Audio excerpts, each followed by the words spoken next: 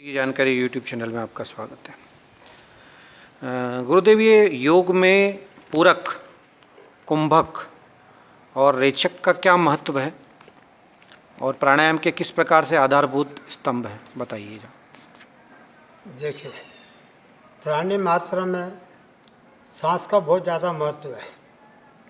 ठीक, सांस लेना, सांस छोड़ना, सांस रोकना, ये तीन क्रिया सामान्य जीवित प्राणी में पाई जाती है।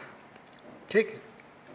अब क्या होता है कि जब अपने को प्राणायाम योग करना है, अपने शरीर को शुद्ध करना है, तो इन चीज़ों तीनों का बहुत अच्छी तरह से समझ के उपयोग करना, उनका पूरा लाभ लेना, ये अपना उद्देश्य होना चाहिए। अब पूरक जो है, अपन सांस लेते हैं, छोड़ते हैं, लेकिन सांस को वापस खींचना, ये कहलाती है पूरक। सांस को अपन जैसे ले रहे हैं, ये क्रिया पूरक। को सीधी भाषा में यदि आप समझो कि जिन बच्चों को परीक्षा में सप्लीमेंट्री मिलती है, ये अंग्रेजी शब्द है, और उसी को हिंदी में बोलते हैं इसको पूरक मिली, मतलब क्या है, इसको वापस पढ़ाई करना। ये इसका समझने का सबसे अच्छा, पूरक शब्दों को समझने का सही तरीका है। इसके बाद होता है रेचक। जब अपन ने सांस लिए तो छूटेगी भी सही, तो जब अपन सांस को बाहर निकालते हैं तो वो कहलाती है और ये भी अपनी क्षमता के अनुसार, जो असामान्य रूप से किसी प्रकार के अपने को दबाव नहीं पड़ेगा। इसको क्या कहेंगे, रेचक? अब जी, इसको क्या कहेंगे, रेचक? रेचक अंदर से बाहर निकालना, सांस को लेना जाना, ठीक, रेचक हो गया। उसके बाद आता है कुंभक। कुंभक ये बहुत, दोनों सांस के साथ इसका ज़्यादा महत्व है। मनुष्य सांस लेता है, छोड़ता है सामान्य स्थिति में, और कुंभक के लिए इसको कुछ क्रियाएं करना पड़ती है, कुछ इससे सावधानी बरतना पड़ती है। कुंभक करने, सांस ली आपने, आप अपनी क्षमता अनुसार सांस को रोके। आपको हल्की सी घबराहट मत हो, बस घबराहट होए आप छोड़ दो, फिर आप चलें। उसके बाद आगे बढ़े तो अपने गुदा से सांस को खींचे ऊपर और रोकने का प्रयास करें। जिनको ये होता है गुदा, क्या बोलता है,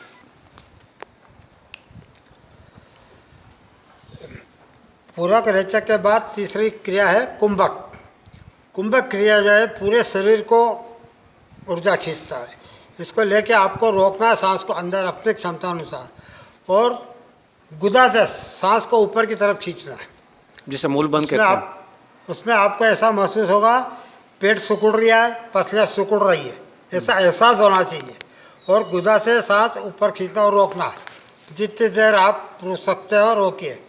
इसमें जिन लोगों को पाइल्स की बीमारी है उनको सबसे ज़्यादा लाभ होता है, और जिनको शुरुआत यदि हरकत से लगे, थोड़ा भी उनको शंका हो रही है, तो ये तीनों क्रिया ही करे वो, तो उसको पाइल्स की बीमारी नहीं होगी और स्वस्थ बना रहेगा।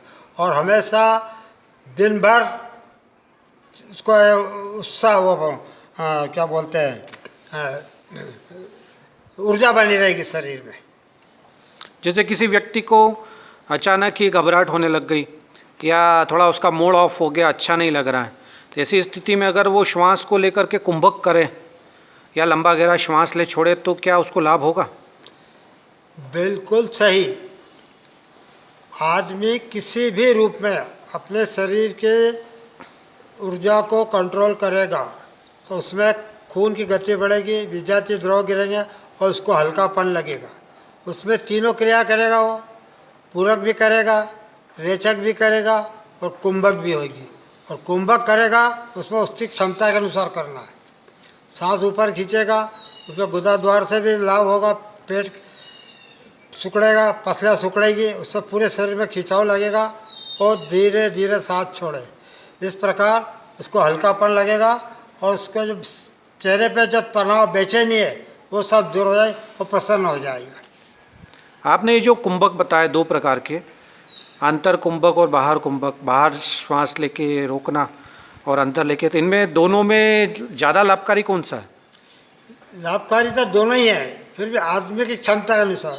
अच्छा, यदि अच्छा। वो अंदर खींच के रोक सकता है तो और उसके लिए ज़्यादा अच्छा, और नहीं रोक सकता है तो उसको ज़बरदस्ती करना नहीं चाहिए। इस क्रिया को ज़बरदस्ती कहीं भी कभी नहीं करना चाहिए, और जहाँ तक हो खाली पेट ही रहने का है। खाली पेट ही करना है। ठीक। आपने जो कुंभक और पूरक रेचक बताया, तो इनसे क्या क्या लाभ होते हैं आज के युग में, आधुनिक युग में क्या क्या लाभ हो सकते हैं? देखिए, प्रश्न तो आपका बहुत सही है, सबके लिए बड़ा शानदार जवाब है प्रश्न का। कि प्राणायाम योग में सांस का पूरा लाभ है।